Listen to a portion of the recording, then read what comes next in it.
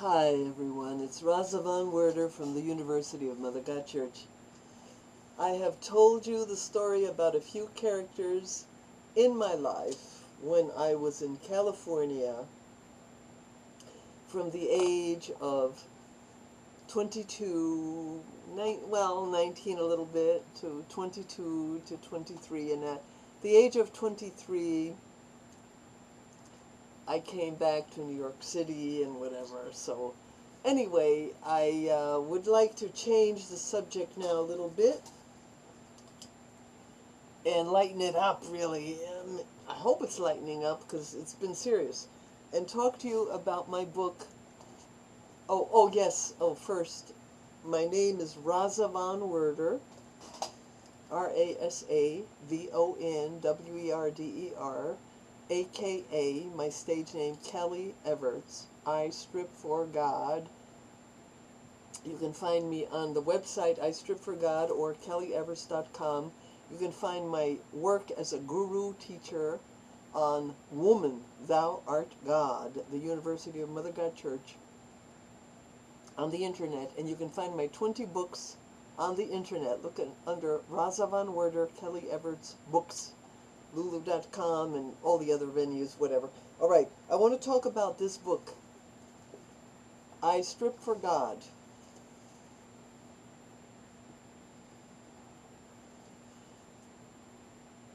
I Strip for God.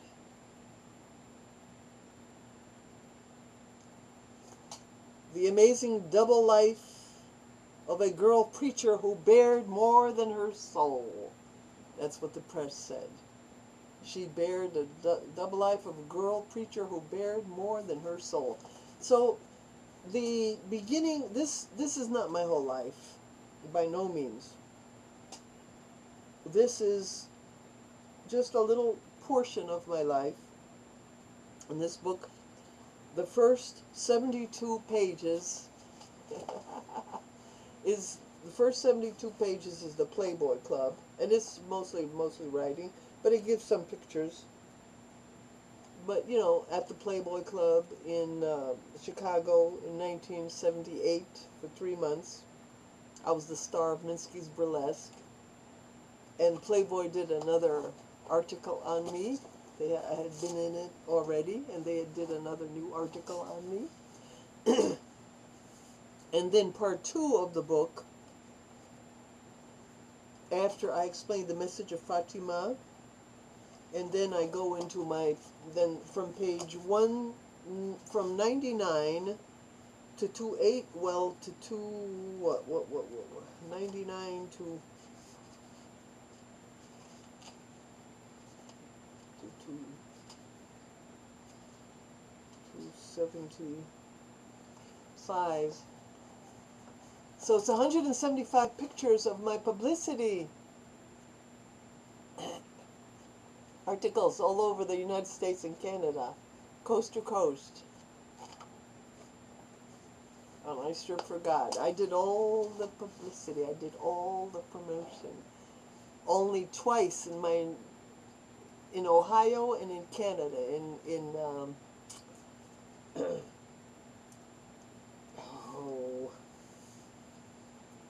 Canada. Once in Ohio and once in Canada, the owners of the facility did a press conference for me, or did anything at all to help me in publicity. And other than that, I did all the work. Just me, myself, and I. So I'm going to just 3 months at the Playboy Club.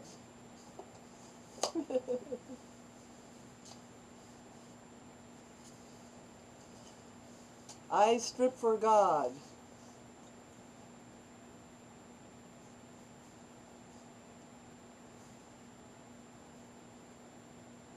I was very anxious about my career, establishing my name and fame, credibility, making good money, being successful both in dancing and in missionary work. I started back to dancing in July 1977, a trial job sort of in Puerto Rico for 2 weeks. I took a vacation from work in order to start. That was my community organizer job as with the Italian American Civil Rights League. I was a community organizer. Don't let my pearls of wisdom get carted away. I was not in perfect shape. My hair was bleached blonde from 1976 and breaking off, so I had it cut real short, and I did not have my dancing legs yet. I was very nervous and uptight about everything, constantly worrying and fearing I would be a failure. I kept a pretty good diary in Puerto Rico, and we'll go into it later after the Playboy encounter, which is more important. When I returned from Puerto Rico, I did my community job and worked in New York at the Melody Theater and Philadelphia. I cannot recall offhand any other jobs. I never have been a steady worker in stripteasing. That's the way this business is. Actually, I was desperate for work.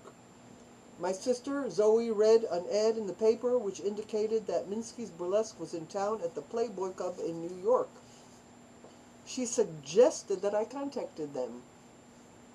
I did and got a letter from Jerry Lucas in Las Vegas, who was the main manager of the show. The old Minsky, who was the owner, was then sick and would die soon. I called Jerry Lucas, and they really wanted me for the show. I discovered that they were having problems finding a star. In fact, when I went to see the show in New York, they didn't even have a stripteaser star.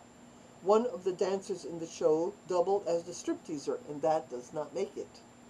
I can understand why they had trouble because of the prices they were paying. The salary he offered me was rock bottom money. I protested, and he explained the room and board came with the salary, and it was for 3 straight months. I thought it over and decided to take it. I had a premonition that I should go to Chicago. Okay? I don't even remember this stuff. I swear. I swear, if it weren't for diaries, keep a diary. If your life is important or meaningful, keep diaries, because you will not remember. I swear. I swear, you will not remember what happened. I'm reading this and I don't remember this. I do not remember this. I haven't looked at this book in years. I sure forgot. I have not looked at this writing. I wrote this in 1978, the original manuscript, and then I edited it once. It's not well written because I was half blind when this was being edited, and I had a young man, he was like 17. He was writing on the computer, and I was trying to edit it while he wrote it. He typed it, and I tried to edit it. It was not that good of an editing if somebody else is typing. You know what I mean? You got to look at it yourself with your own eyes. You know what I mean? And then it'll be better. In the meantime, for about a week, I was having dreams about this man, Mr. Scott. Who was Mr. Scott? A millionaire businessman I used to date in Hollywood when I was real young. Why on earth was I having dreams about him? I never even thought about him for years. The light said to me, contact him. The light, when the light means God. I call God the light. You know, at that time, for years I used to call God the light, the light, the light. So I wrote him a letter and sent some of my clippings and new photos. Within a few days I got a telephone call from him. It just so happens that he was coming to Chicago on business at exactly the same time I was opening. The very same day he would love to see me. That was M.B. Scott. It's one of the men that wanted to marry me. One of the very successful multi-millionaire men who wanted to marry me. That was all I needed. My stress factor went up to about 99 out of 100. Along with worrying about opening in a new show in a new city, I now had to worry about seeing Mr. Scott. Why worry? It's kind of tricky to explain. Why worry? You understand. You want to make a good impression. You want to be perfect, you know? I don't have a cold. I have post-nasal drip. I don't know why. I can never stop dripping.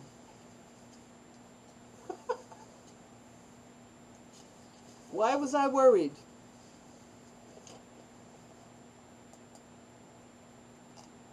Oops.